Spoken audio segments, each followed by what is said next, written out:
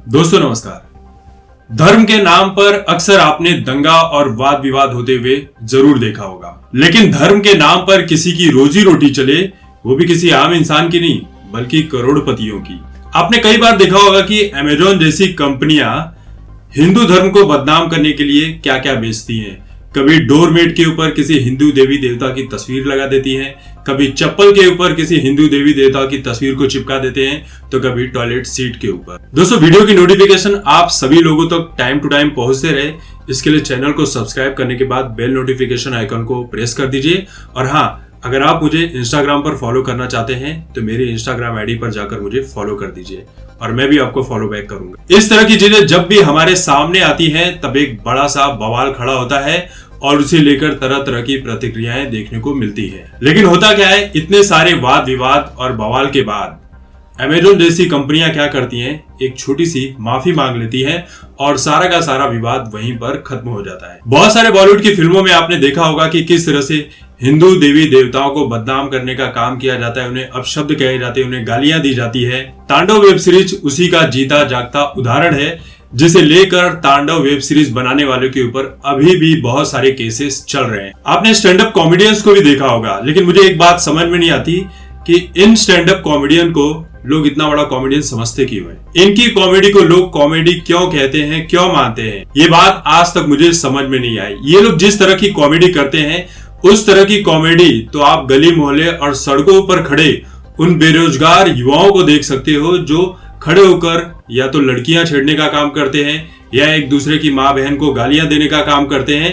ठीक इसी तरह की कॉमेडी ये लोग स्टेज के ऊपर भी जाकर करते हैं और लोग वहां पर जो ऑडियंस आती है वो ऑडियंस भी उन्हीं के जैसी बेवकूफ होती है, जो उनके सड़े हुए जोक्स पर तालियां बजाती है और हंसने का काम करती है। अभी मुनव्वर फारूकी को आपने देखा होगा, जेल होकर आया है, 1 महीने जेल में बंद था। माता सीता के ऊपर और हिंदू धर्म के ऊपर उसने कई सारे गंदे जोक्स किए थे, जिसके चलते उसे जेल में बंद किया गया था। हालांकि वो इस बात से इनकार करता है कि मैंने देवी देवताओं के ऊपर कोई भी टिप्पणी नहीं की थी, कोई भी मजाक नहीं किया था, ना ही कोई जोक मारने की कोशिश की थी। लेकिन उसके इतने सारे वीडियो हैं, कोई भी जाकर देख सकता है, जनता बेवकूफ नहीं है। लेकिन यही मुनव्वर फारूकी ये नहीं जानता कि अगर वो खुद के धर्म के ऊपर अगर कोई जोक बना दे या कोई बात बोल दे तो यकीन मानिए शाम तक उसी दिन उसकी मौत की तारीख लिख दी जाएगी, वो जिंदा नहीं बचेगा। देखिए, ये सब कुछ होता है पैसे के लिए और नाम बनाने के लिए होता है। जिसका जितना नाम आज की तारीख में खराब होगा, जो जितना मीडिया में आएगा, जितनी गलत सुर्खियों को लेकर मीडिया में बना रहेगा, उसकी ब्रांड वैल्यू जो है वो आज उतनी ही ऊंचाई पर जाती हुई दिखाई पड़ जाएगी। अब रिहाना और मियां खलीफा को ही देख लो, इन्हें बहुत सारे लोग नहीं जानते थे, लेकिन रिहाना को जब 18 करोड़ रुपए मिलते हैं सिर्फ एक ट्वीट करने के लिए, तो पूरी दुनिया जान जाती है कि रिहाना कौन है। हालांकि रिहाना को बहुत सारे लोग पॉर्न स्टार भी समझ रहे हैं। समझने की वजह यह है कि रिहाना और मियां खलीफा दोनों ने एक साथ ही ट्वीट किए थे। वैसे रिहाना को भी पॉर्न स्टार कहना कोई गलत बात नहीं होगी। अभी कल एक न्यूज आई कि रिहाना ने बदन पर एक भी कपड़ा नहीं पहना हुआ है और गणेश जी का एक पेंडेंट डाला हुआ है।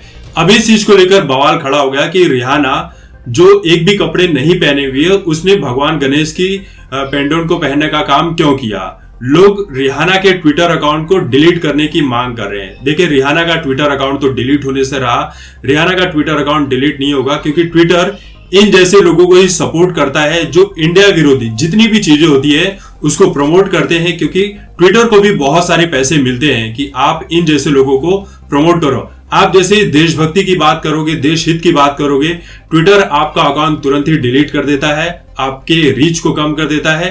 ठीक उसी तरह से जैसे कंगना रनौत के बहुत सारे ट्वीट्स को ट्विटर ने डिलीट करने का काम किया, लेकिन स्वरा भास्कर, तापसी पन्नू, ध्रुव राठी, इन जैसे लोगों के ऊपर ट्विटर कभी कोई एक्शन लेता ही नहीं है, क्योंकि ट्विटर को भी इन सब चीजों के लिए बहुत सारे पैसे मिलते हैं।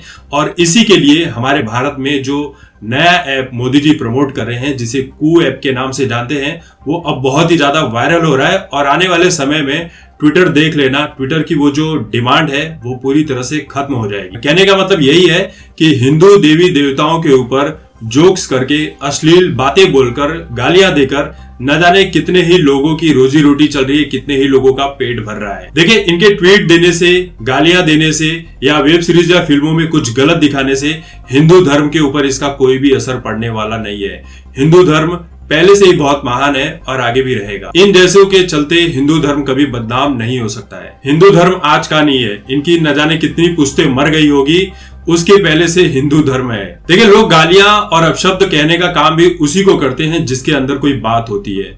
और यकीनन हिंदू धर्म में कोई तो बात है जो बड़े से बड़े लोगों को एक ही दिन में वायरल कर देता है, रोजी रोटी दे देता है, पैसे, जो भूखे मर रहे होते हैं उन्हें पैसे दे देता है। जिस पेड़ के ऊपर सबसे ज्यादा फल लगे होते हैं, सबसे ज्यादा पत्थर भी उसी पेड़ को मारे जाते हैं। देखिए, इस तरह के ट्वीट से, इस तरह की हरकतों से हिंदू धर्म को कुछ भी फर्क पड़ने वाला नहीं है, बल्कि देखा जाए तो इनडायरेक्टली तौर पर ये सभी लोग हिंदू धर्म को ही फॉलो कर रहे हैं।